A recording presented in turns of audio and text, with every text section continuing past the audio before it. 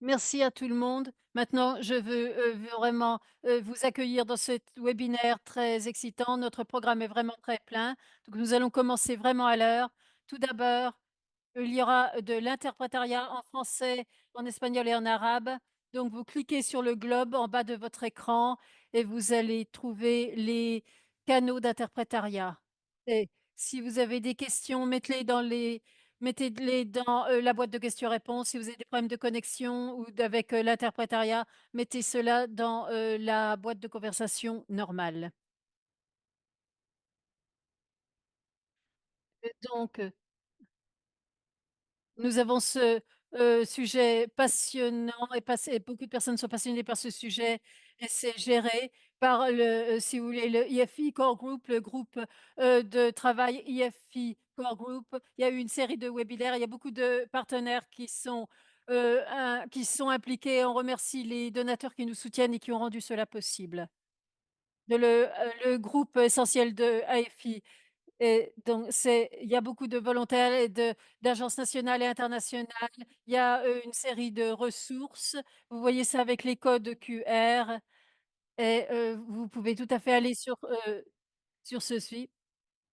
Donc si vous voulez, alimentation des enfants et des petits nourrissons dans les situations d'urgence. Donc c'est vraiment, si vous voulez, une collaboration excitante entre les groupes essentiels de IFI et également le réseau, des, personnes qui se focalisent sur les enfants de moins de 6 ans et les mères qui sont à risque également, l'UNICEF, le réseau du groupe thématique de nutrition mondiale et vous voyez, on veut vraiment, partager les ressources qui sont disponibles, surtout, si vous voulez les problèmes d'alimentation avec, les enfants qui ont des problèmes d'alimentation et les handicaps et on veut vraiment, sensibiliser les audiences, le public avec les problèmes, la langue et sensibiliser de ce qui est possible de faire en situation d'urgence pour les, enfants affectés et également, si vous voulez, pour les donneurs de soins.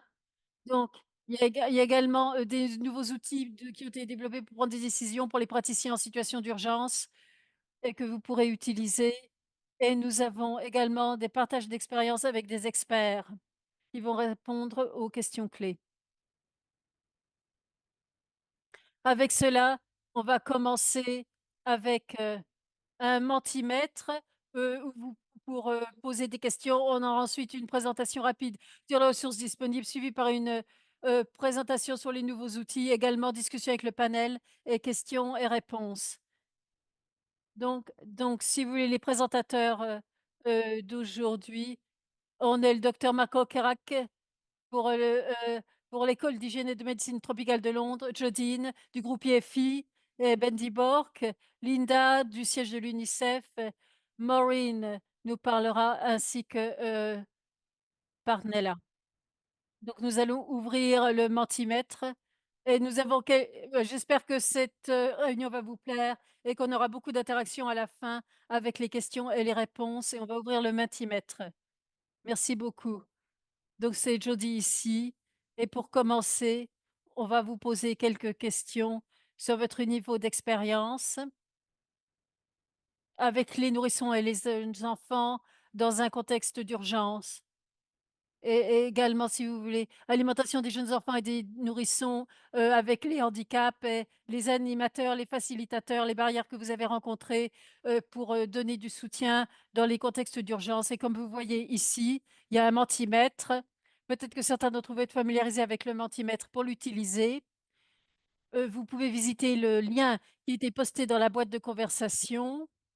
Ou sinon vous voyez également sur votre donc si vous utilisez une tablette, vous avez le navigateur. Si vous allez pas dans la boîte de conversation, vous pouvez visiter, menti.com,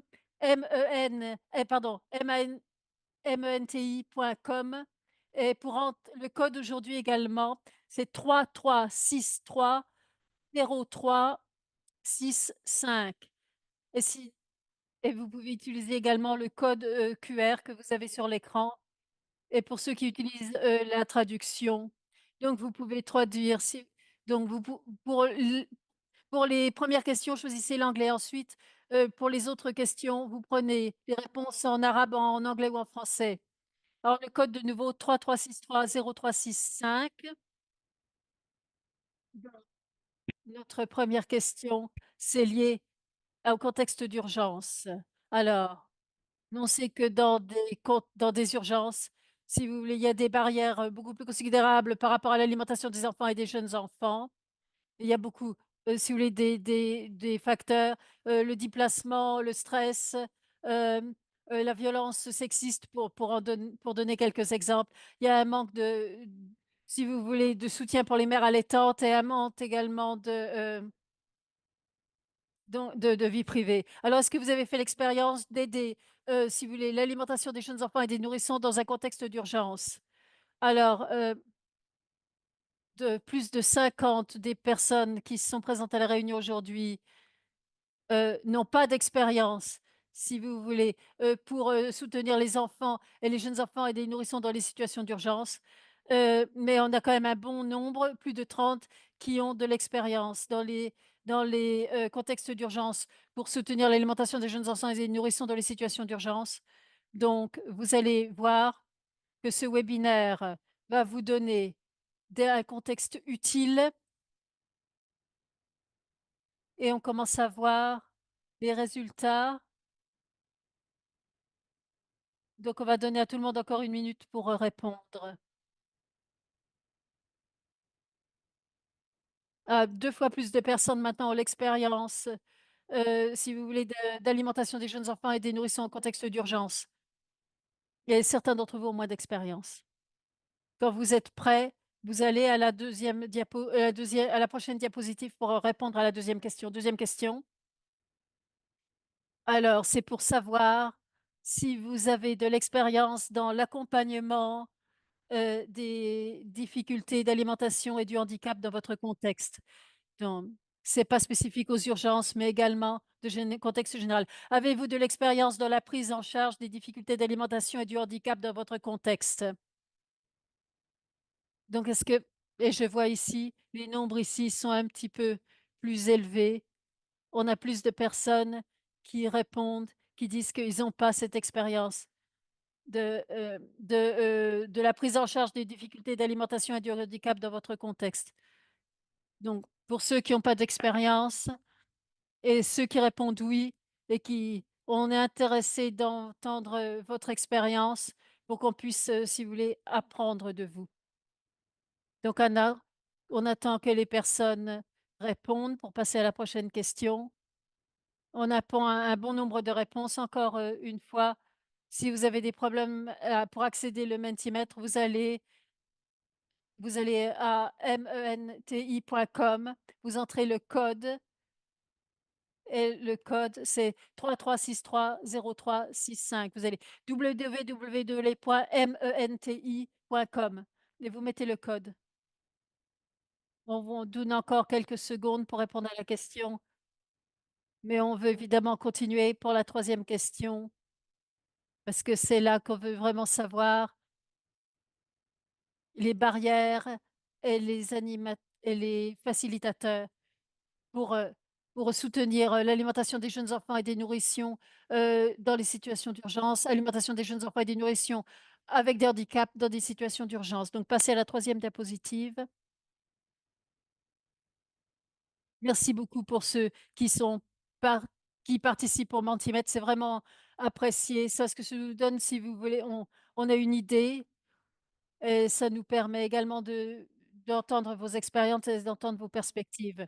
La troisième question, alors, c'est si vous voulez alors, pensez-vous pouvoir soutenir, les pratiques de l'alimentation des jeunes enfants et des nourrissons avec des handicaps, dans des contextes d'urgence? Si oui, pourquoi s'il vous plaît?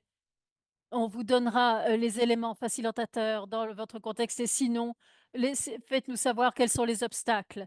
Heu et peut-être que vous aurez même des réponses oui et non à donner en même temps et d'ailleurs c'est pas un problème. Mais donnez-nous une, réponse courte oui parce que, non parce que et merci beaucoup pour vos réponses. Jusqu'à présent, ce que je vois ce que je vois sur l'écran ici et je vais lire d'ailleurs des réponses. Oui. Oui, il y a un besoin, si vous voulez, d'orientation claire et les barrières qui ont été identifiées. C'est difficile à cause du manque de financement. et on en a besoin pour les personnes qui ont des besoins supplémentaires. Oui, oui, on est soutenu parce qu'on a une, équipe interdisciplinaire également. Mettez vos réponses en français ou en arabe, également en espagnol, parce que certaines personnes de l'équipe nous aideront à lire ces réponses en français, en arabe ou en espagnol. Elles seront traduites. Donc oui. Ah oui, il y a un point qui a été soulevé ici. C'est donc si vous voulez avoir des points identifiés, des espaces identifiés pour soutenir les familles, c'est très important qu'elle m'a indiqué. Ils sont pas entièrement préparés, ils ont besoin de renforcement des capacités et je vois, la formation, le forma quand il y a de la formation, le soutien est possible. Également des politiques du gouvernement positives, les ressources humaines. Ce que disent nos animateurs, c'est manque d'accès, manque de matériel et on va voir. Je vois une réponse ici en français. Linda, alors si vous pouvez aider, et également, il y en a une en espagnol également. Allez-y Linda. Oui, alors je la vois pas cette en français, la réponse en français, je la vois pas sur mon écran. C'est celle-là. Heu, oui, car la stratégie est intégrée dans les politiques nationales. Oui, car la stratégie est intégrée dans les politiques nationales. Excellent. Oui, d'avoir évidemment des que ce soit intégré dans les politiques nationales, c'est évidemment un facilitateur très important. Vous voyez celle qui est en espagnol? Ah oui, je la vois. Alors les sensibilités personnelles doivent intégrer et ne pas oublier la compréhension et les restrictions qui sont et les contre-indications lorsque l'on s'occupe des handicaps. Oui, merci beaucoup. Et il y a beaucoup d'informations. On identifie, donc il y a des facilitateurs et des barrières. La bonne formation, l'importance de la bonne formation dans, si vous voulez, l'accès à, de la formation adéquate pour les donneurs de soins, inclusion, des handicaps, spécifiquement pour les programmes d'alimentation des enfants, la disponibilité des ressources adaptées aux enfants avec des handicaps. Donc on voit, si vous voulez, une claire direction ici. Ce que demandent les personnes, donc des orientations claires. Et bien sûr, également de la formation si vous voulez, qui soit, si vous voulez, sur place, sous la main, à portée de la main. Donc ce qu'on va faire également, il y a encore d'autres réponses. Donc merci beaucoup, beaucoup à tout le monde pour avoir indiqué vos barrières et les facilitateurs ici. Je sais qu'en espagnol, je sais que dans les pays, si vous voulez, c'est clair. Heu, c'est très important d'avoir des politiques et des orientations incorporées dans les politiques. Hem, mais ils ont besoin d'orientation claire, de lignes directrices claires.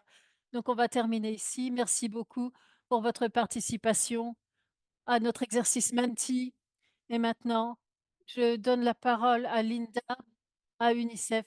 Elle va continuer avec la présentation. Merci beaucoup à tous. J'attends une seconde pour avoir, les diapositives.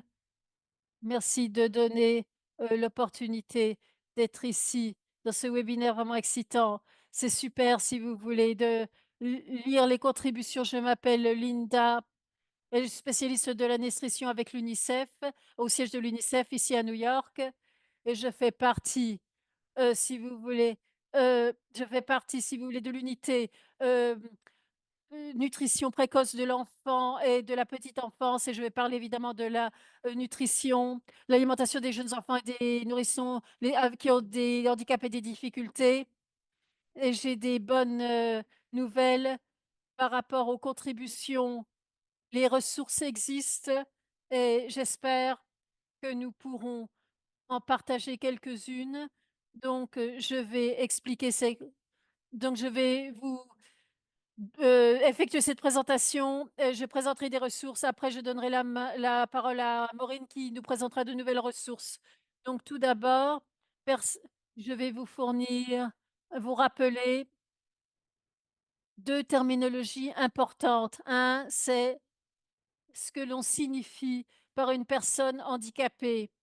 Et comme vous voyez, c'est les personnes souffrant de déficiences physiques, mentales, intellectuelles ou sensorielles durables qui, en interaction avec diverses barrières, peuvent faire obstacle à leur pleine et effective participation à la société sur la base de l'égalité avec les autres.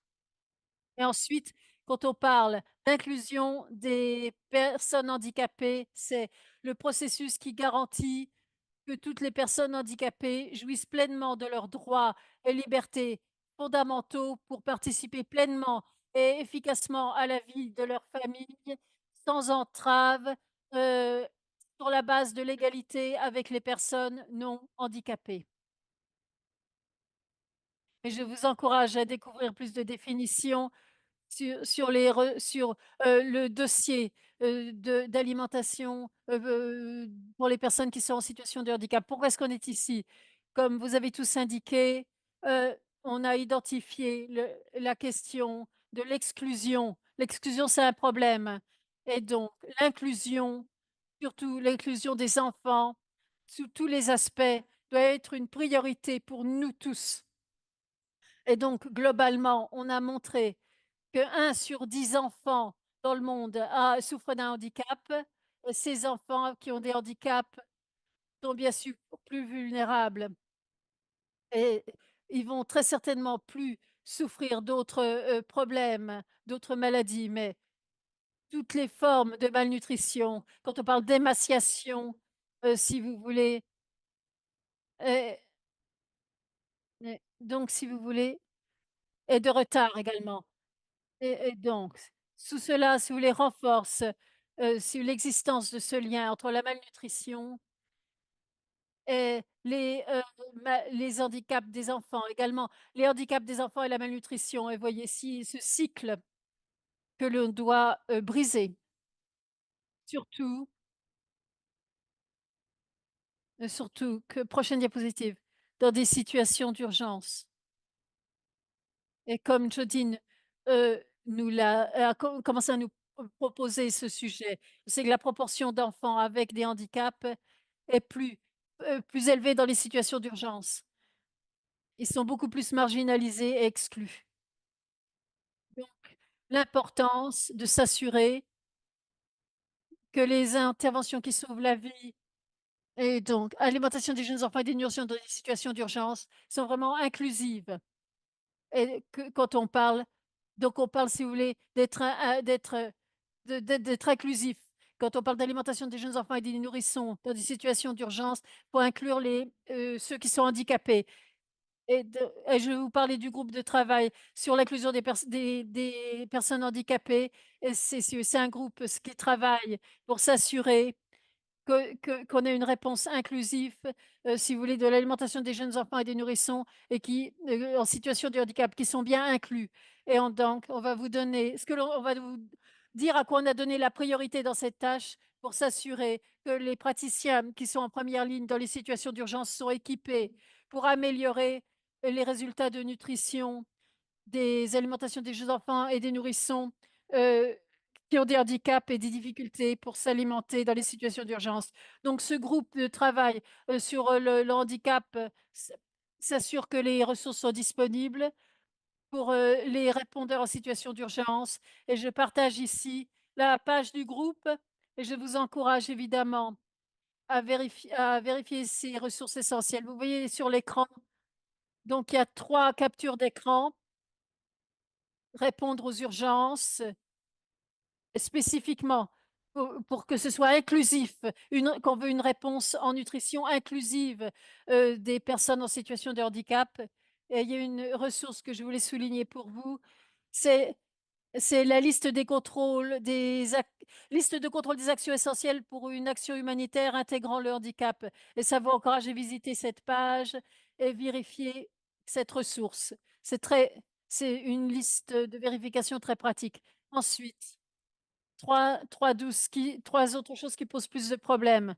Pour la programmation, la planification et les conseils pour le groupe nutrition, les actions essentielles pour la coordination du groupe et vous pouvez trouver cela sur la page du groupe de travail. Prochaine diapositive, mais je voulais passer, quelques minutes pour, si vous voulez, il y a une banque de ressources très importante, heu, pour répondre, si vous voulez, pour l'inclusion des handicaps et les problèmes d'alimentation, en général et compris en situation d'urgence. Donc si vous voulez, cette banque de ressources, si vous voulez, elle est développée par heu, USAID, donc si vous voulez, c'est vraiment le projet phare, multisectoriel. Ça a commencé en 2018 jusqu'à la fin de l'année dernière. C'était JSI et depuis le début de cette année, l'UNICEF à transférer, si vous voulez, la banque sur, la plateforme et la gère et donc vous voyez ici le lien et je vous encourage à regarder cette banque de ressources parce que c'est vraiment un dépôt des ressources essentielles pour répondre aux difficultés d'alimentation et également inclure, si vous voulez, le handicap dans les programmes de nutrition. Oh Linda, on a perdu Linda? Non, non, je suis là. Vous m'entendez? Oui, oui, on vous entend, super. Donc, les ressources, si vous voulez, dans la banque de ressources, un peu de détails ici. C'est dans 5 sections. Vous voyez sur l'écran les 5 rues. Identifier les difficultés d'alimentation, les gérer. Également, la page a des caractéristiques supplémentaires. Vous pourrez regarder par différents domaines techniques. Vous pouvez trouver également les images quand vous visitez, la banque d'images de IYCF. IYCF, Alimentation des jeunes enfants et des nourrissons. Quand vous regardez le lien, en fait, naviguez la banque d'images de, IYCF parce qu'il y a beaucoup d'autres, bases de données d'images que vous pouvez utiliser pour le développement, inclusif du handicap avec cette banque de ressources. Je voulais souligner également certaines ressources qui sont dans la banque. C'est, un guide pratique, soins de santé pour s'assurer, de l'accès à la nutrition qui est inclusif du handicap. Également, le guide de pratique, si vous voulez, de soins sûrs avec une approche, une démarche sur, les soins sûrs et une ressource, qui est récente. Ça a été lancé un petit peu plus tôt cette année. Alors si vous voulez, c'est le dossier, si vous voulez, communautaire, sur l'alimentation des jeunes enfants et des, nourrissons pour les qui a inclusion des enfants qui ont des difficultés, d'alimentation et accéder ce lien en tant que ressource communautaire et une autre ressource très récente si vous voulez. C'est le dossier de IYCF inclusif des handicaps et c'est les points d'entrée et les, outils et c'est inclusif évidemment, la programmation inclusive avec le handicap et voilà une liste également de quelques ressources,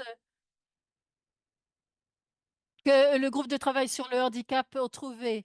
Cela existe. Bon, cela dit, il y a toujours des défis pour répondre aux besoins et bien sûr il y avait ce besoin de développer un outil qui combine les ressources essentielles et donne, heu si vous voulez, une feuille de route pratique pour répondre aux besoins à l'alimentation des enfants et des nourrissons qui ont des handicaps, en plus, si on est en situation d'urgence, si vous voulez, donc le développement de cet outil, Maureen va en parler et avec cela, prochaine diapositive, j'espère d'avoir partagé ces ressources et le travail qu'effectue le groupe. Ça va prévenir, l'exclusion, assurer l'inclusion et maintenant je donne la parole à Maureen.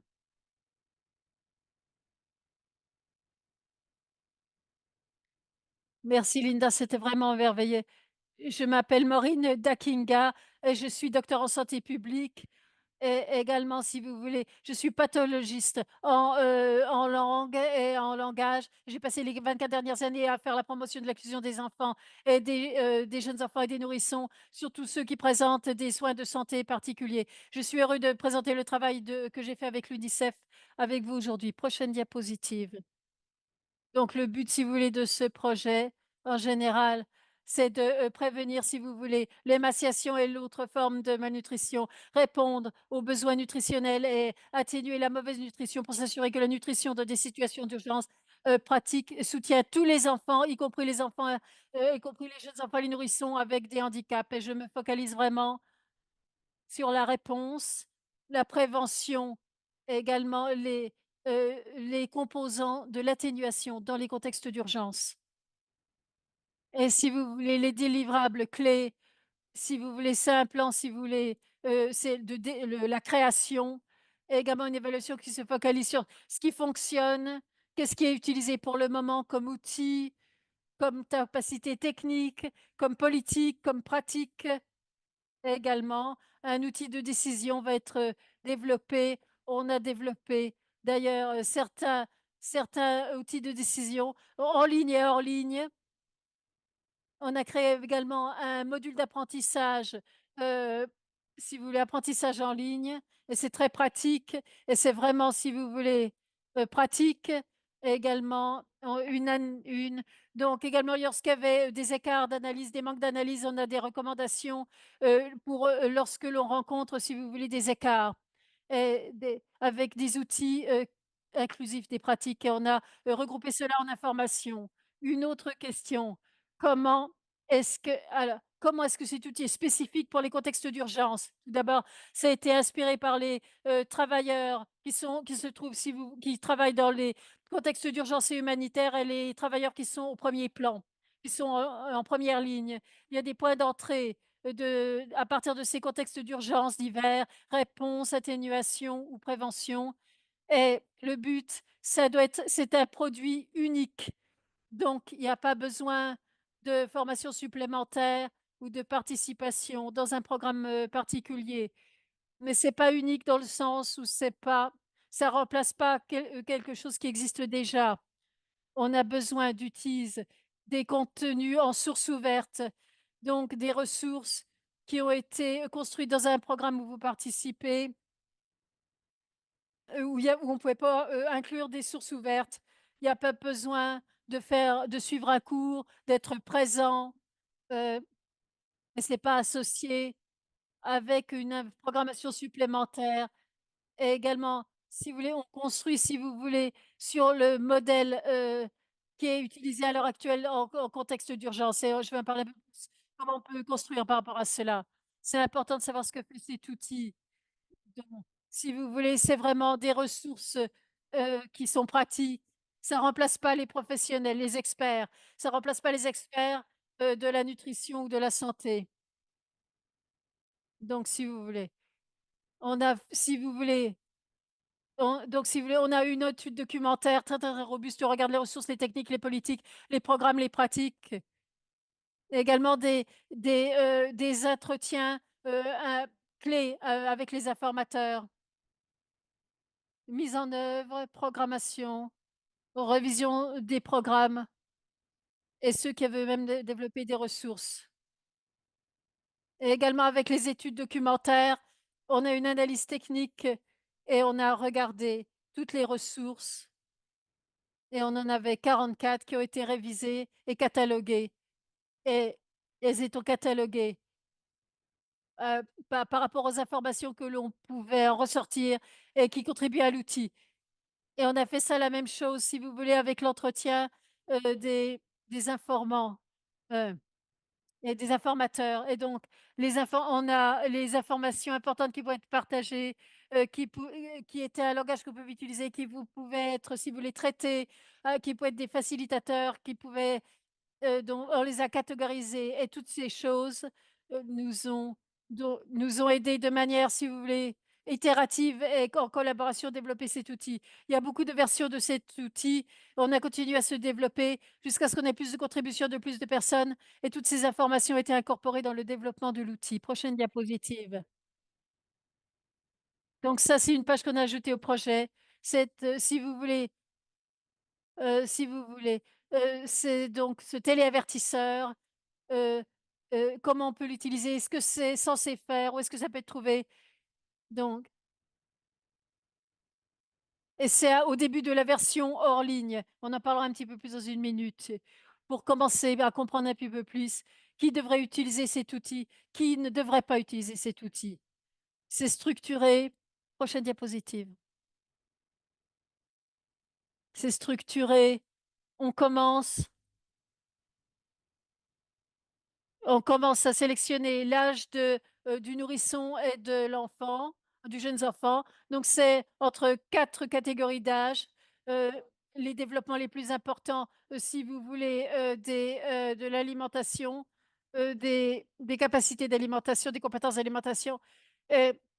Vous utilisez les ressources pour évaluer les structures, orales et que lorsque vous utilisez évaluer la nutrition, vous allez à l'intérieur, vous analysez, heu, les difficultés que vous voyez et vous observez et vous agissez avec, un plan d'action fonctionnel. Le plan d'action fonctionnel, c'est basé, si vous voulez, sur les difficultés d'alimentation fonctionnelle qui ont été décrits, plutôt que d'être insulté avec, des handicaps parce que si vous voulez, il y a une gamme très, très, très différente, très, très importante si vous voulez, de limites et de capacités, dans les handicaps. Donc vous voulez pas définir ça par le handicap, on voulait définir les difficultés d'alimentation par les défis qu'on a à relever au sein de l'alimentation, pas par les handicaps parce qu'une telle gamme de handicaps différents, c'est difficile et on a utilisé, si vous voulez, ces ressources pour faire l'évaluation des réponses par rapport à ces stratégies d'alimentation et voir si ça fonctionnait, voir si on avait besoin d'un plan différent de différentes ressources et heu et on a et où est-ce qu'on intègre vraiment ces enfants,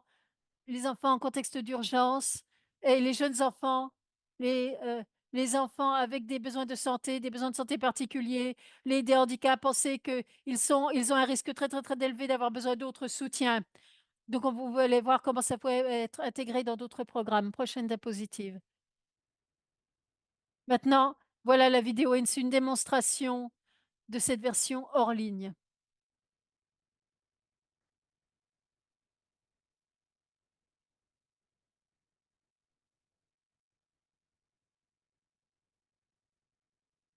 Je crois pas qu'on ait le son.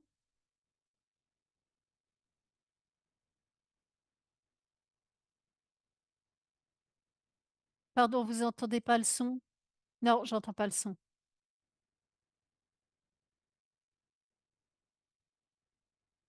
On va réessayer.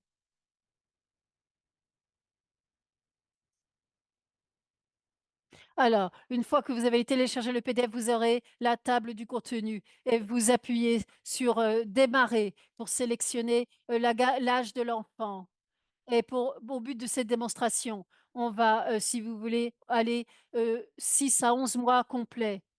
Donc c'est la phase d'évaluation. Dans votre, évaluation de, la santé et de la nutrition, du statut de santé et de nutrition, vous vous référez toujours au protocole local et utilisez les outils existants. Cet outil de décision doit supplémenter, ce qui est déjà utilisé. Ça ne doit pas remplacer autre chose. Donc on va suivre le protocole local, répondre aux questions. Quel est le statut, de, l'enfant? Et ça dépend évidemment de la réponse et vous prendrez une décision sur ce que vous devez faire ensuite. Si votre option, c'est par exemple, si vous voulez, c'est par exemple, hem, si c'est sévère, vous utilisez pas cet outil. Vous allez vers le protocole national de la nutrition et vous allez vers le, prochain hôpital. Mais par contre, si l'enfant a une malnutrition, aiguë, non compliquée ou modérée, dans ce cas-là, vous pouvez l'utiliser. Mais encore une fois, si c'est une malnutrition aiguë ou si c'est une, émaciation aiguë, vous n'utilisez pas cela, vous utilisez les protocoles de nutrition locaux. Donc pour vous montrer, on va dire qu'on a sélectionné cette catégorie, on va cliquer sur le lien pour, évaluer les structures orales.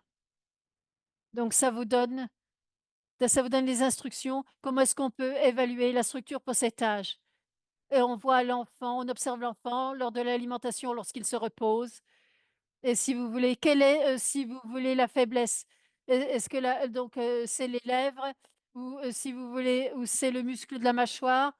Donc si vous voulez, on voit ici, si vous voulez, on va regarder à l'intérieur de la bouche parce que peut-être si vous voulez donc vous regardez, si vous voulez, le dessus, la racine ou le dessus de la bouche, heu et c'est peut-être une fente palatine, un bec de lièvre. Mais si s et s'il y a pas de fente palatine, s'il y a pas de bec de lièvre, vous pouvez, aux inquiétudes, ou alors s'il y en a pas, donc et donc si vous voulez, vous pour cette démonstration, vous regardez s'il y a une fente palatine ou une pas de fente palatine, bête des lèvres et vous regardez si vous voulez, ensuite la fonction qui correspond et donc vous parce que ça analyse ce qui est fonctionnel. Vous cliquez et la prochaine étape, le si vous voulez, quelles s vous demandez à la personne qui donne les soins, quelles sont les inquiétudes par rapport à l'alimentation et par rapport à ce qu'il vous dit, vous aurez trouvé, si vous voulez, la description de l'alimentation fonctionnelle qui correspond au plus près et pour cette démonstration, on va sélectionner l'enfant ne prend pas de poids et on va suivre ce plan d'action d'alimentation, pour un enfant qui ne prend pas de poids. Numéro 1, on va regarder les stratégies d'allaitement maternel. Trouver une différente position pour l'allaitement maternel. Numéro 2, une nouvelle stratégie, si vous voulez, qui encourage l'attachement, peau à peau, stimulation, des lèvres ou si vous voulez ou alors goutte à goutte. On a une seul donc c'est juste des descriptions simples, des images très simples et le but, c'est vraiment ça il y a pas besoin de beaucoup d'éducation. C'est ju simplement si vous voulez donner des conseils, pour aider ces tout petits enfants, heu, que l'on aide dans des contextes d'urgence.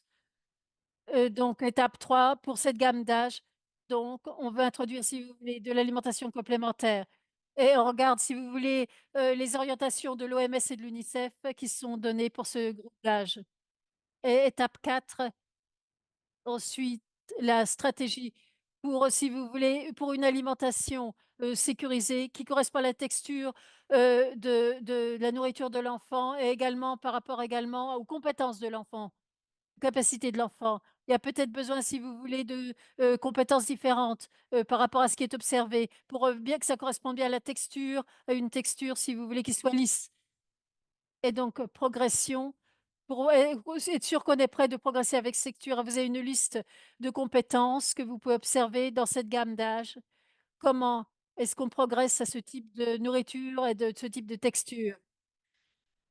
Donc évidemment, chaque nourriture doit être, si vous voulez, pertinente par rapport à la culture dans laquelle vous travaillez, le pays dans lequel vous travaillez. Mais vous essayez, si vous voulez, heu, de correspondre autant que possible.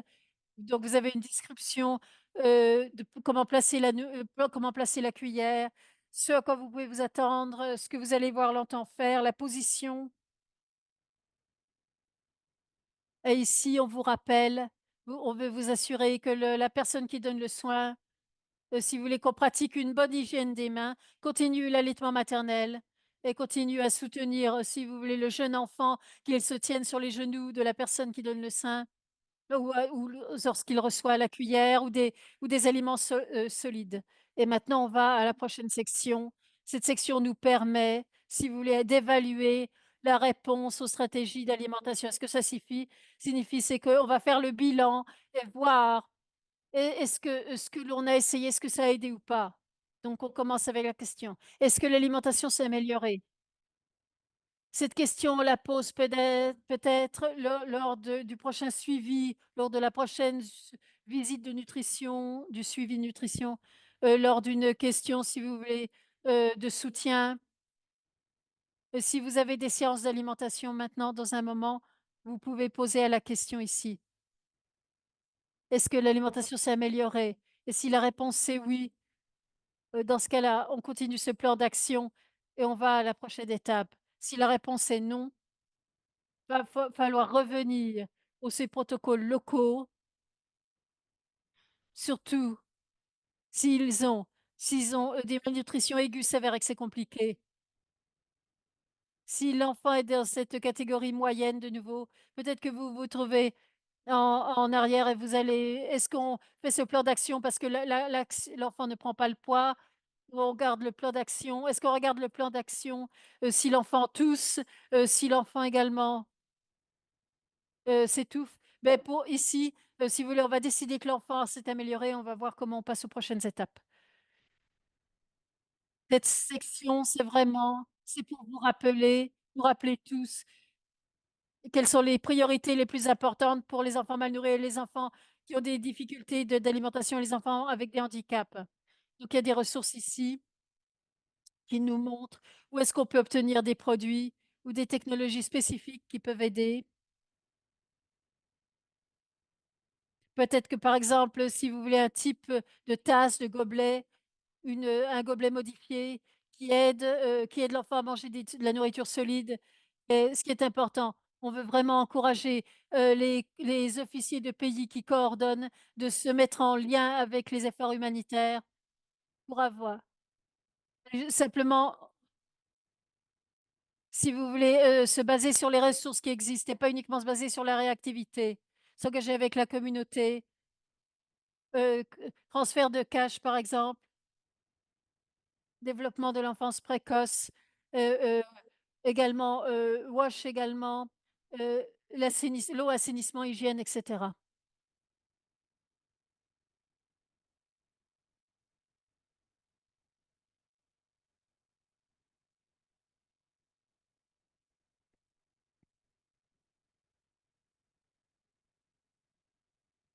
Donc maintenant, brièvement, on va aller donc, notre première itération, de notre module en ligne. C'est pas encore on peut pas le pour l'instant, on peut pas, si vous voulez le partager, si vous voulez, largement, mais je vous le montrerai, on le distribuera quand il sera prêt à être distribué largement, mais quand même, on va, vous montrer la version en ligne et je vais, l'expliquer rapidement. Donc vous sélectionnez la gamme d'âge, de l'enfant, et là j'ai pris de 12 à 23 mois complets. Je regarde le statut de la nutrition et je vois ici alors donc, malnutrition, non compliquée, malnutrition aiguë et émaciation et je regarde les structures d'évaluation orale.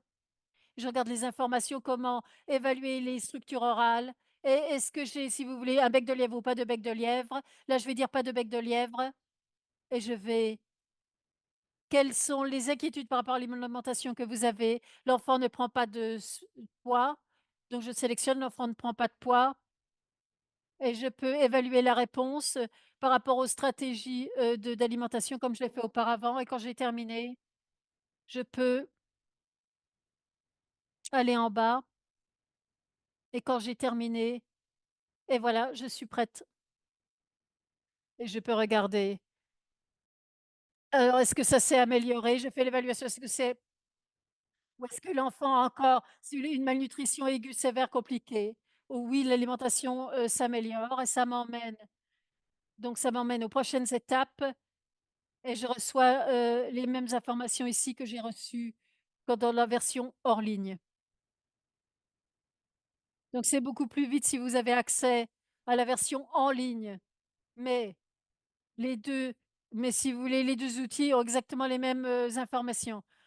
Simplement, si vous voulez la version en ligne, le navigateur, va un petit peu plus vite. Donc les outils, il y a 4 catégories d'âge. Donc, il y a c'est en ligne et hors ligne.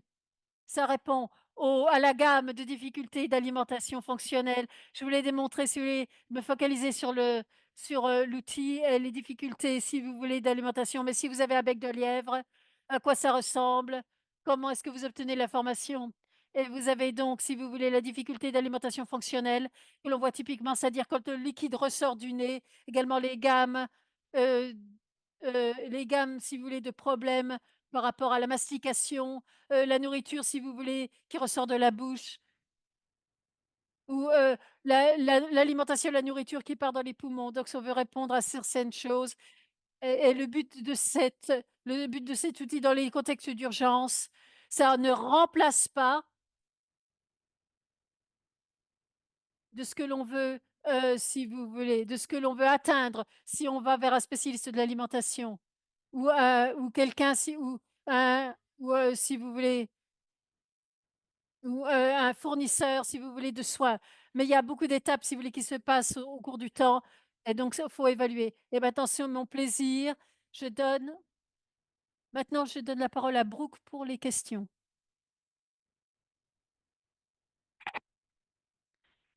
Merci Maureen. On a quelques questions qui sont ressorties dans le question-réponse. Ah, est-ce que l'outil est-il disponible dans d'autres langues? L'outil est-il disponible dans d'autres langues? Voilà une question. Maureen, vous savez, l'outil, pour l'instant, est en anglais et peut-être je pourrais partager un petit peu plus pour qu'il soit il y a un plan, si vous voulez, que pour peut-être qu'il soit disponible dans différentes langues, mais ça dépendra comment fonctionne le site web. Linda, vous pouvez répondre ça?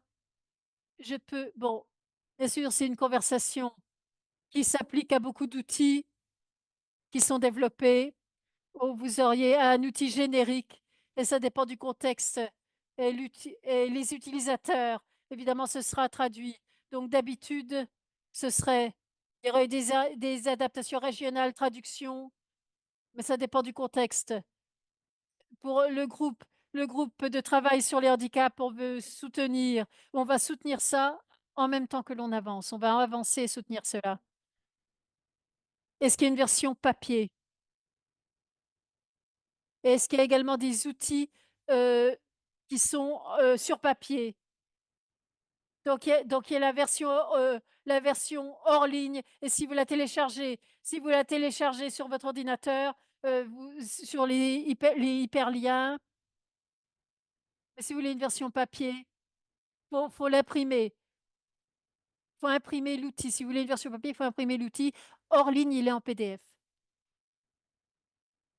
Et donc, ici, si vous voulez, il y a des outils également, il y a des instructions pour les pays et les équipes, et les spécifications lorsque vous voulez imprimer ces outils. J'ai mentionné, si vous voulez le dossier de soutien ICF, par exemple. Merci Linda. Merci beaucoup. Donc, question spécifique. D'après ce que je comprends, cet outil, c'est pour les enfants qui ont de la malnutrition aiguë, mais mais ceux qui ont des difficultés, si vous voulez, d'alimentation sans malnutrition aiguë et sans émaciation. Donc, je sais que vous utilisez évidemment les orientations locales, mais d'après mon expérience, on n'a pas souvent ce genre de cas. C'est une bonne fondation sur laquelle on peut se baser. Dans un monde parfait, si vous voulez, ces stratégies, ce seraient des stratégies, ce serait préventif, ce ne serait pas en réponse. Mais de plus l'outil sera utilisé, plus les personnes seront familiarisées avec elle. Et ils trouveront que on peut utiliser l'outil et utiliser les plans d'action d'alimentation pour les enfants qui ne sont pas encore mal nourris ou qui ne sont pas encore dans cette catégorie. Même pour les enfants qui sont d'un point insuffisant en sous-pondération. Justement, si vous voulez, des écarts que l'on a vus. Si vous voulez, c'est disponible pour les enfants qui sont en sous-poids jusqu'à ce qu'ils tombent, si vous voulez, à sévère. Ce n'était pas le but de cet outil, mais ce serait utile dans le futur d'utiliser certaines de ces ressources plus largement. Merci beaucoup.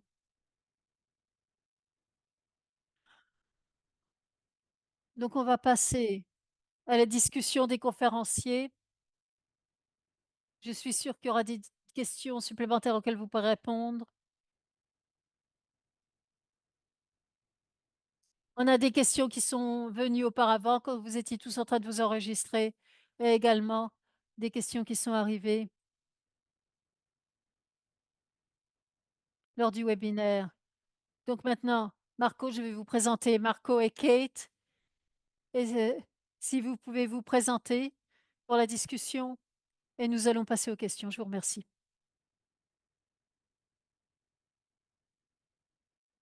Bonjour monsieur, bonjour tout le monde, pardon.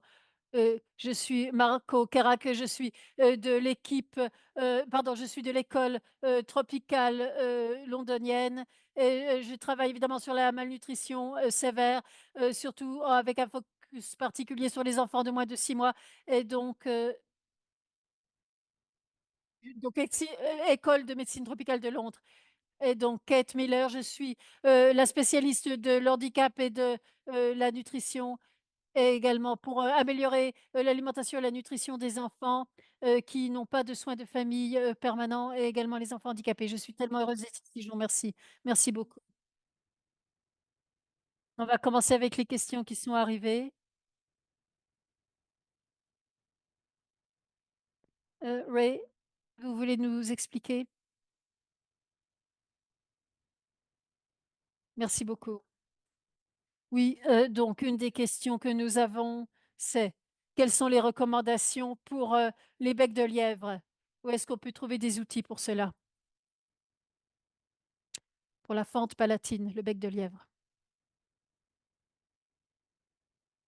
Vous verrez que dans les outils, il y a des orientations qui sont fournies directement pour répondre, si vous voulez, à ces défis, d'alimentation particuliers pour les enfants qui ont des fentes palatines et également, des ressources de nutrition et d'alimentation qui sont disponibles au sein de la banque que l'on a partagée auparavant.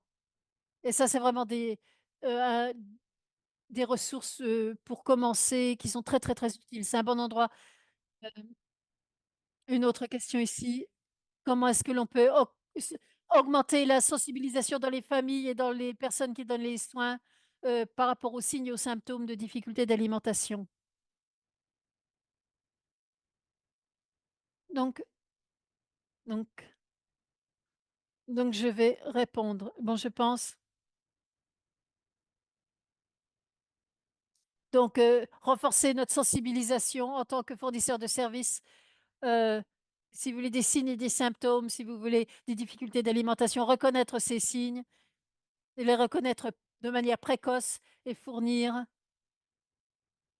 Si vous voulez, donner beaucoup de conseils, de soutien, aux fournisseurs de soins, parce qu'ils donnent les soins, donc ils doivent être capables de s'apercevoir lorsque, les, enfants, si vous voulez, luttent sur des problèmes et répondre à ces mais si vous voulez, ils savent que les familles généralement savent que leurs enfants sont différents des frères, des sœurs, des enfants dans la communauté. Les parents savent ce que quelque chose ne va pas, mais c'est comment fonctionnent les soins de santé, et c'est là, si vous voulez. Malheureusement, ils savent que s'ils vont près des, prestataires de soins de santé, d quelquefois, il y a pas grand-chose qui se passe et c'est pour ça, si vous voulez, cet outil, si vous voulez Heu, si vous voulez, il est là pour les éc lorsqu'il y a des écarts, et ça transforme la dynamique. Si vous voulez, ils sont pas à la maison à s'asseoir, à s'inquiéter, ils savent qu'il y a quelque chose qui ne va pas et et on veut pas non plus qu'ils n'aillent pas, chercher de l'aide parce qu'ils pensent que rien ne va se passer. On veut qu'il y ait des insin que si vous voulez on veut, si vous voulez, qu'il y ait des incitations, qui se déplacent et qu'ils sachent que les gens vont pouvoir faire quelque chose pour eux. On a des questions spécifiques, si vous voulez. Je vais commencer avec la question pour Marco. Quel est le statut, si vous voulez, du handicap, si vous voulez, dans les orientations de l'OMS, pour 2023. Donc quelles sont, les orientations? Alors, par rapport à l'émaciation, OMS, les orientations 2023. Donc si vous voulez, il y a beaucoup de politiques qui mentionnent le handicap. Le handicap est souligné maintenant.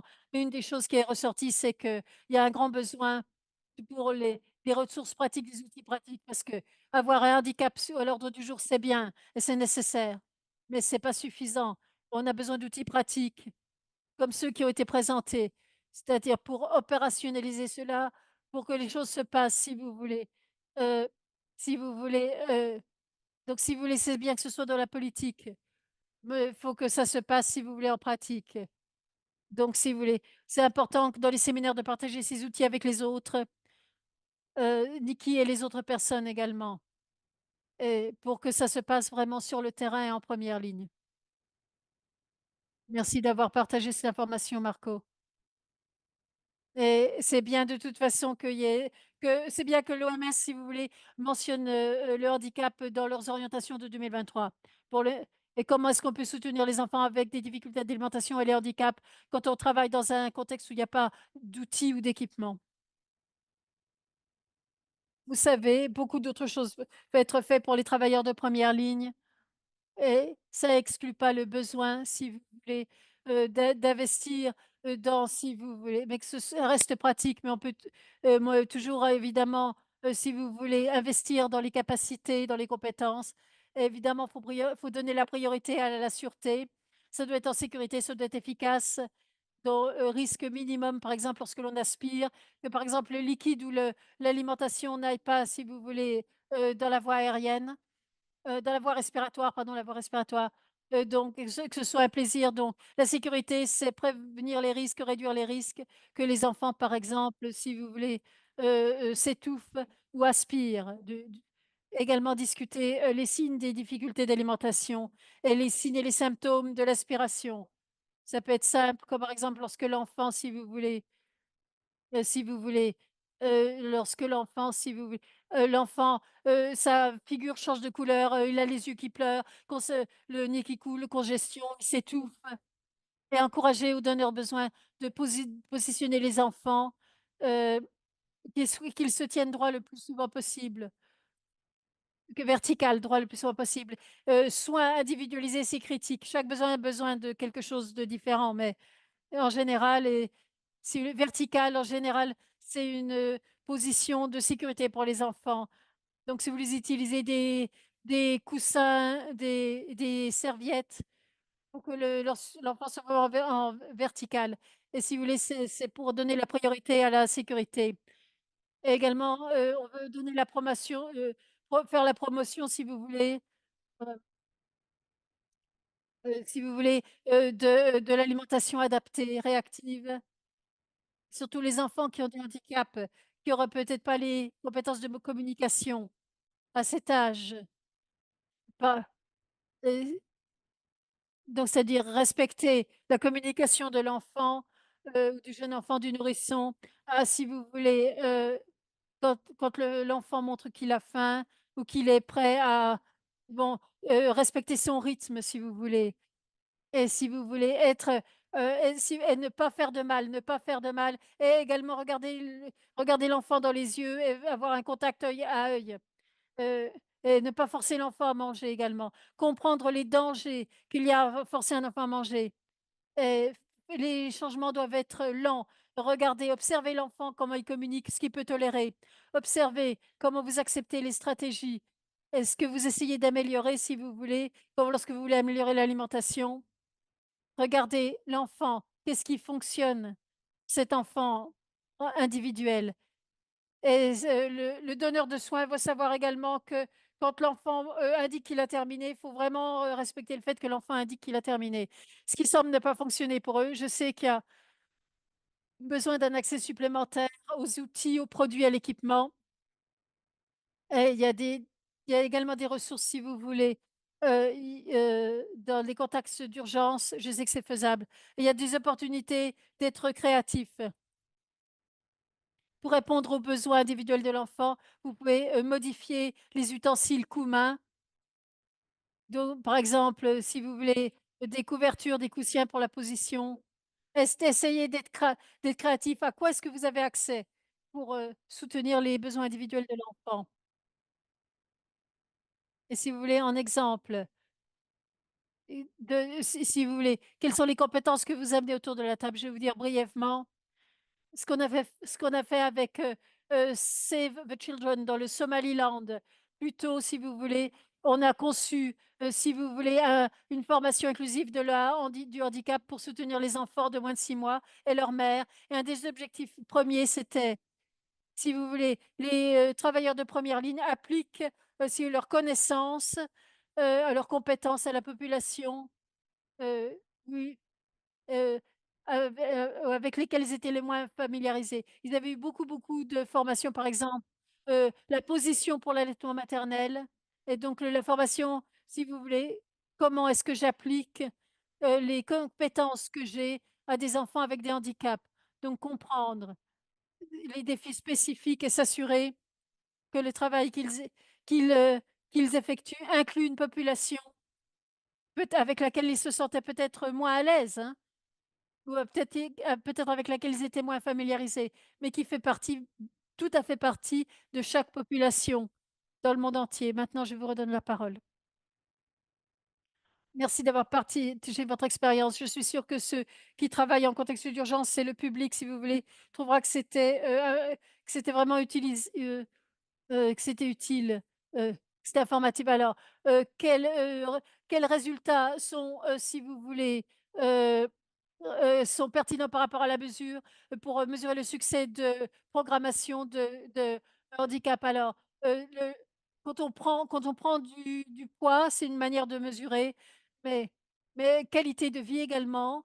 Qualité de vie, comment est-ce qu'on peut améliorer, les choses pour l'enfant, mais également pour les donneurs de soins, et ça peut être de manière informellement, des programmes, par des enquêtes, des discussions avec les donneurs de soins lorsqu'ils ont accès au programme également. Mais il y a aussi beaucoup d'outils qui existent dans la recherche pour, évaluer manière plus formelle, sur la qualité de vie. Il y a des questionnaires, soutien maternel, protection maternelle, il y a beaucoup, beaucoup de questionnaires, mais le grand message, c'est la qualité de vie. C'est pas uniquement la croissance. On peut toujours, si vous voulez améliorer la croissance, on peut pas toujours prévenir, si vous voulez, la mortalité.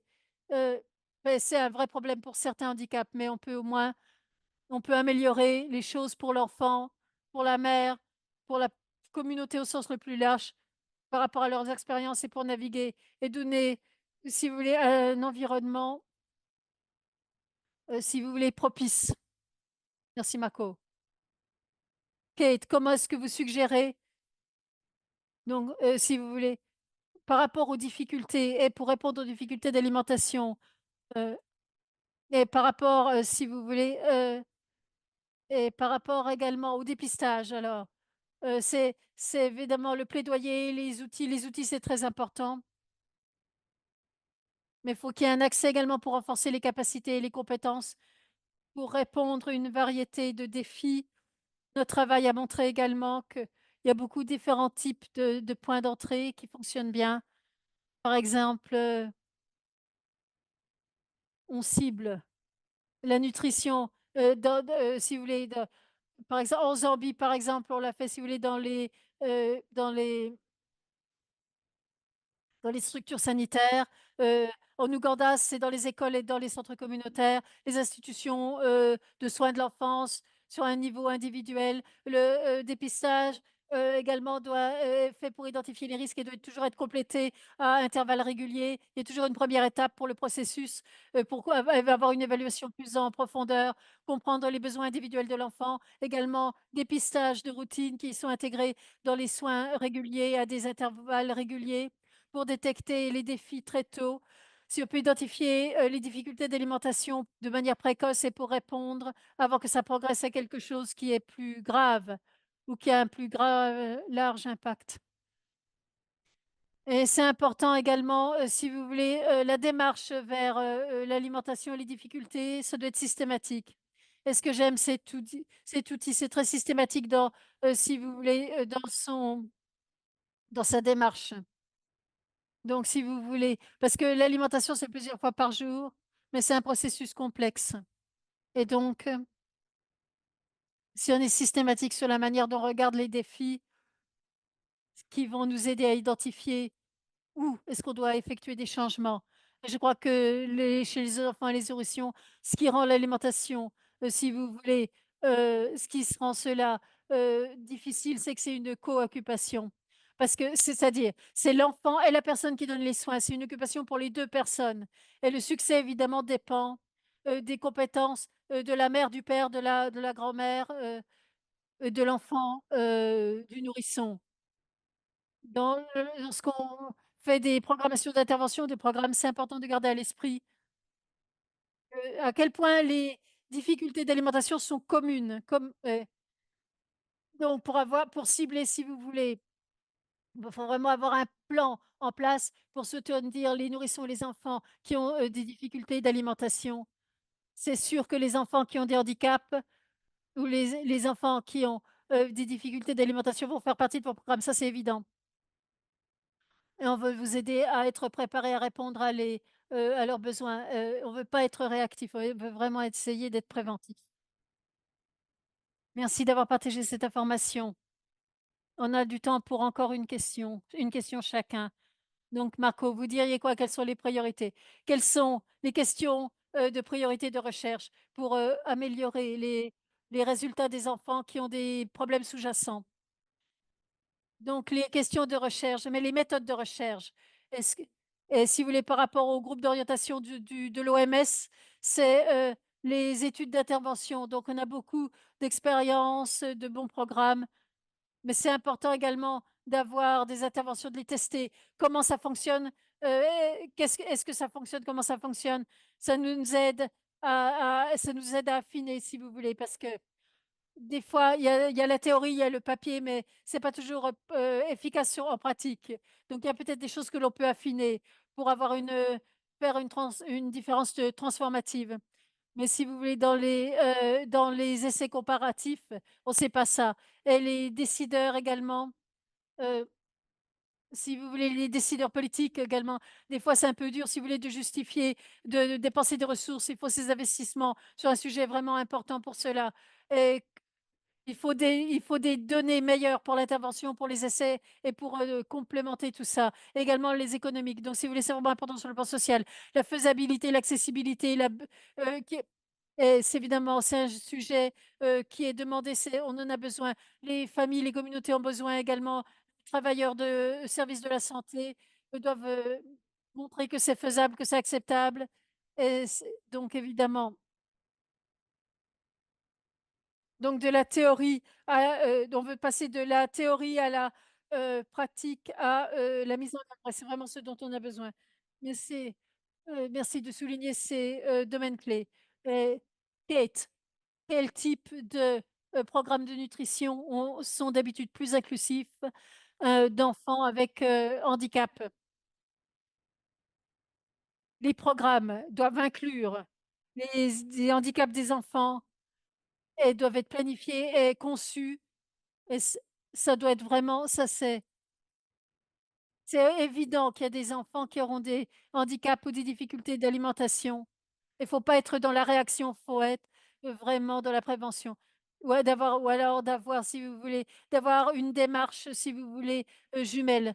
C'est-à-dire, que les services, heu, si vous voulez que les services principaux répondent aux besoins des enfants avec les handicaps, qu'on renforce les systèmes pour que les services indiqués puissent répondre à ces besoins spécifiques particuliers. Également, soutien de l'allaitement maternel, mais renforcer cela pour s'assurer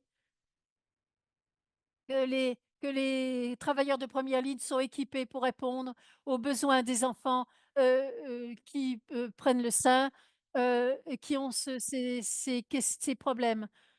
Beaucoup de choses peuvent être faites, mais avoir accès à ces ressources, de manière créative va aider, les travailleurs qui sont en première ligne et tout en recherchant les opportunités, les politiques, les financements qui rendent nos services plus inclusifs. S'assurer que les personnes qui, conçoivent nos programmes sont beaucoup plus inclusifs, que ce soit si vous voulez, si vous voulez, ouais, que ce soit, intégré de manière générale, que ce soit intégré également, que ce soit dans le cadre, de la responsabilité, aligner ça sur les mouvements des droits des personnes handicapées. Merci beaucoup d'avoir partagé votre expérience et également pour vos, réponses, attentionnées et je repasse à Brooke. Bon, donc maintenant on a une des questions-réponses ouvertes. J'ai une question. Je vais, résumer quelques questions, par rapport au handicap, un peu plus large. Donc en dehors, si vous voulez, du bec de lièvre, par exemple, nous avons on a une question spécifique, heu, sur sur le diabète, hem, ou par exemple, sur également, les séquelles de Noma, les bactéries responsables du Noma. Le Noma, si vous voulez, donc c'est quelque c'est vrai donc les bénéfices d'une intervention précoce sont vraiment là. Donc si vous voulez, mais malheureusement souvent, quand on s'aperçoit de cela, c'est très avancé et c'est pas toujours possible de le traiter parce qu'on comprend pas toujours quelle est la bactérie qui cause, les séquelles de Noma ou qui sont responsables du Noma. Mais le mieux, c'est que ce soit, si vous voulez, identifié à un stade très précoce parce que et les travailleurs de la santé, si vous voulez, les personnes savent qu'il y a quelque chose qui n'est pas juste, mais si vous voulez, quand ils posent la question, il faut vraiment qu'elle soit soutenue. Et quelles sont les organisations locales qui peuvent aider? Heu, il y a des organisations spécialistes qui sont disponibles dans le monde entier, mais si vous voulez, il faut connaître des conversations avec, les programmes de nutrition, de santé, heu, bien avant que le patient arrive.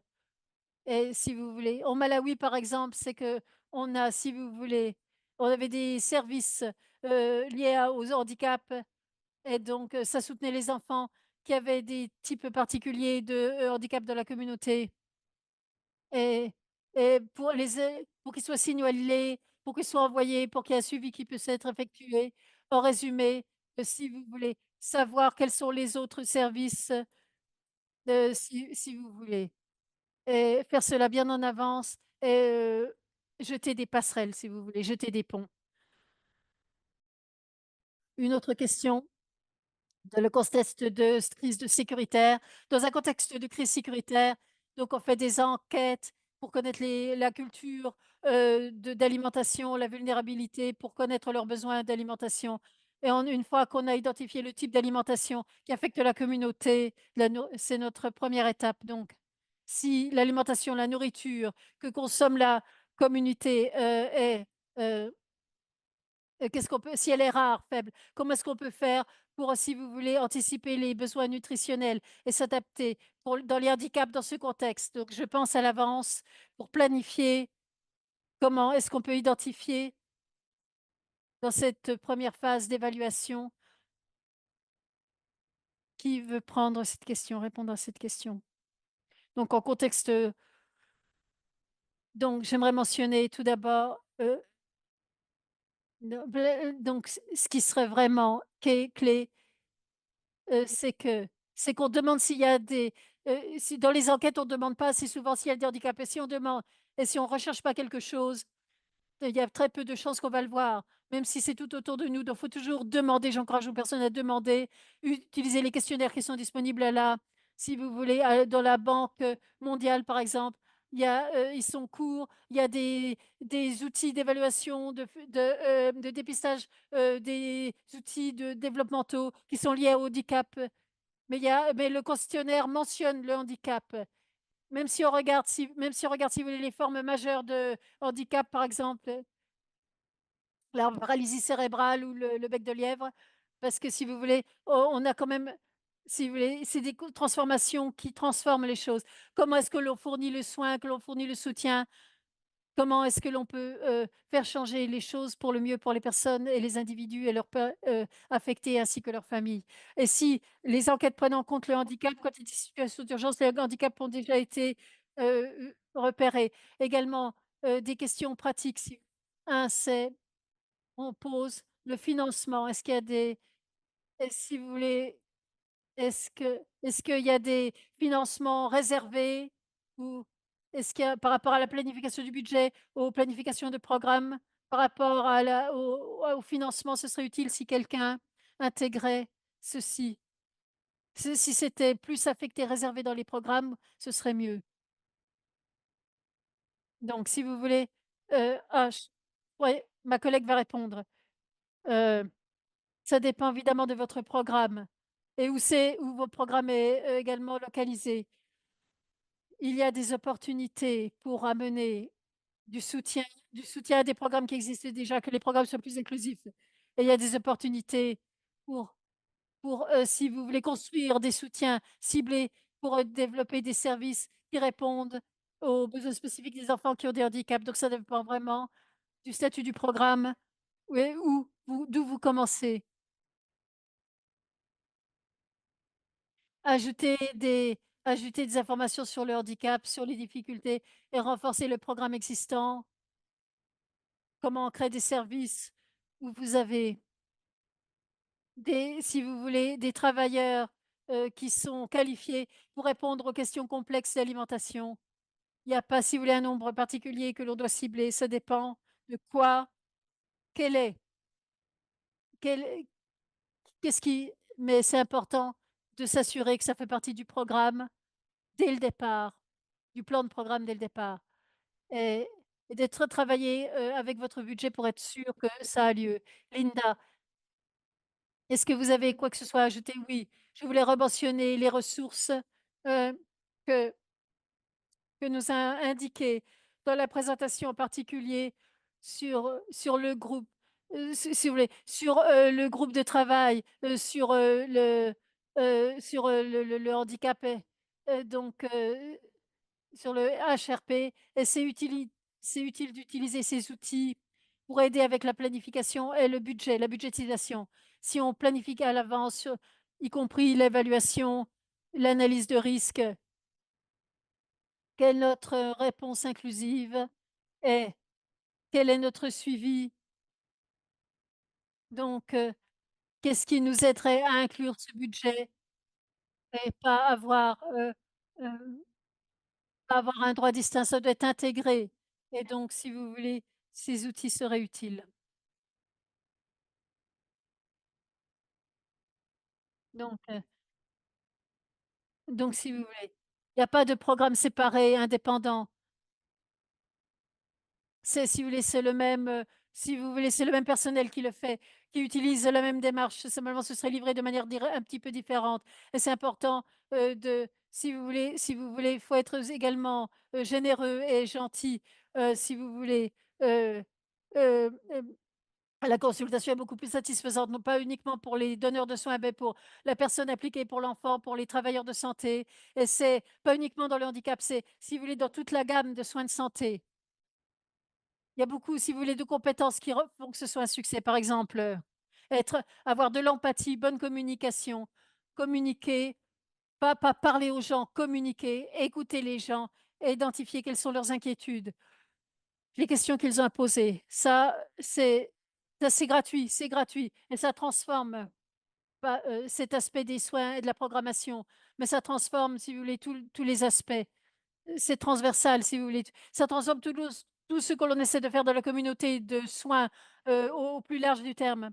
Et il y a la formation et la formation, c'est vraiment important et le coût est minime et c'est un lien avec, d'autres questions, donc si vous voulez par rapport à la formation, peut-être qu'on peut mettre des liens dans la boîte de conversation pour que les participants peuvent, si vous voulez, regarder ces formations qui sont disponibles. Et la dernière question, avant que je donne la parole à Niki, il y avait des questions sur, si vous voulez, les enfants qui ne montrent pas de prise de poids, le statut nutritionnel, des jeunes enfants. Est-ce qu'il y a des tableaux, des références ou des valeurs qu'on peut utiliser pour la prise de poids ou pour ou si vous voulez pour la capacité motrice, développement des capacités motrices? Heu, oui, il y a beaucoup.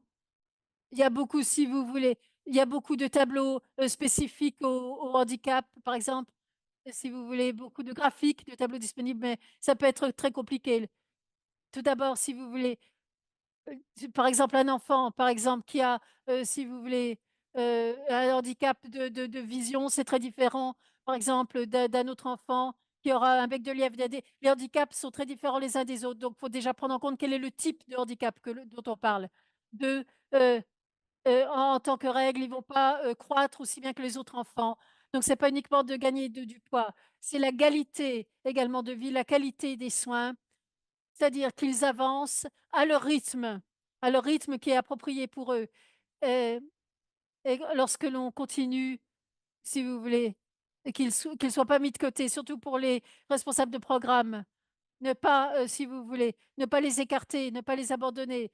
Si tous les enfants n'atteignent pas, si vous voulez, n'ont pas il y a pas si s'il y a pas, si vous voulez, s'ils gagnent pas le poids que l'on espérait ou si vous voulez parce que les enfants parce que, quelquefois les jeunes enfants, les nourrissons sont pas inclus dans les programmes parce que, si vous voulez, les chiffres sont mauvais. C'est également et beh, mais le résultat, c'est qu'il y a une rechute, une récidive, il doit être réadmis parce qu'ils ont besoin de soins. Donc si vous voulez, si on a il y a des analyses et si on pouvait les analyser séparément et regarder les enfants sans handicap et avec handicap, mais la qualité vraiment, c'est se focaliser sur la qualité des soins, la qualité de vie et évidemment, si vous voulez prendre du poids, c'est bien, mais c'est pas toujours pour eux la chose la plus importante, la prise de poids. Merci beaucoup Marco, Linda. Maintenant je donne la parole à Niki du, réseau mondial Mamie. Donc, Nickedon si vous voulez, du réseau mondial Mamie. Donc, j'ai le privilège de fermer ce webinaire stimulant et pratique, les 3 points rapides. Avant de partir, de quitter ce webinaire, on va vous demander de remplir une évaluation rapide. Est-ce que sur ce que vous avez pensé de ce webinaire, parce que ça nous aide à renforcer les prochains webinaires. Ça fait partie d'une série de webinaires, ce webinaire. Donc, quand j'aurai terminé de parler, on vous demande de remplir cela. Ce sera disponible en différentes langues parce que plus on a de retours, de commentaires, plus on veut, au mieux on peut évaluer les besoins et votre voix importe. Deuxième point, tous les matériels, la présentation, l'enregistrement dans les différentes langues seront partagés. Si vous voulez, euh, par le GNC, groupe thématique nutrition mondiale. On sait qu'il y a beaucoup de questions qui ont été envoyées auparavant. Et pendant ce webinaire, on essaiera de regarder ces questions qui ont été envoyées avant le webinaire et pendant le webinaire et de vous envoyer des réponses à ces questions également. Ce webinaire, c'est une étape de beaucoup de choses qu'on essaie de faire avec les handicaps.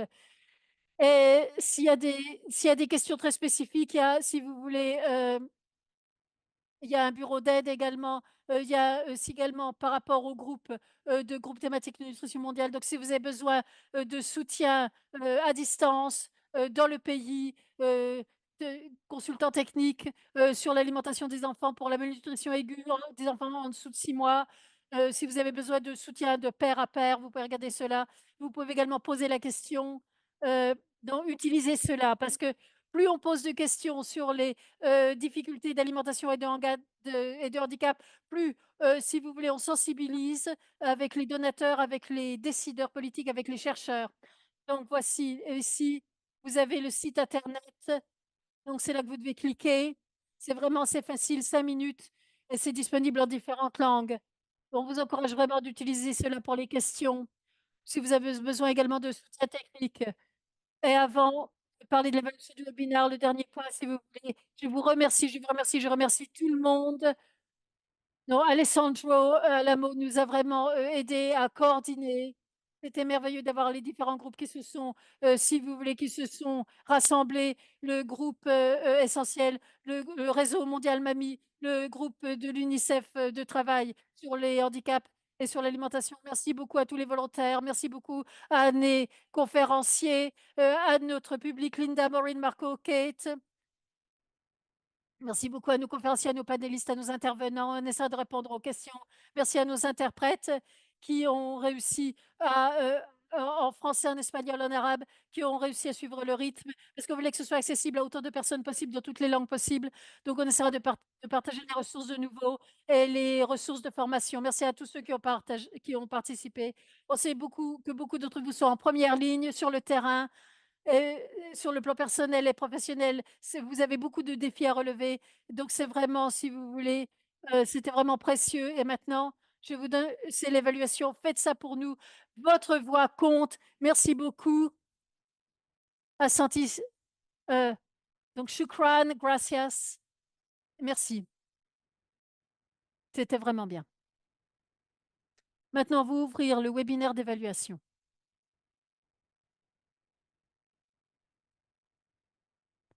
Quand on ferme le webinaire, l'évaluation va arriver. Merci.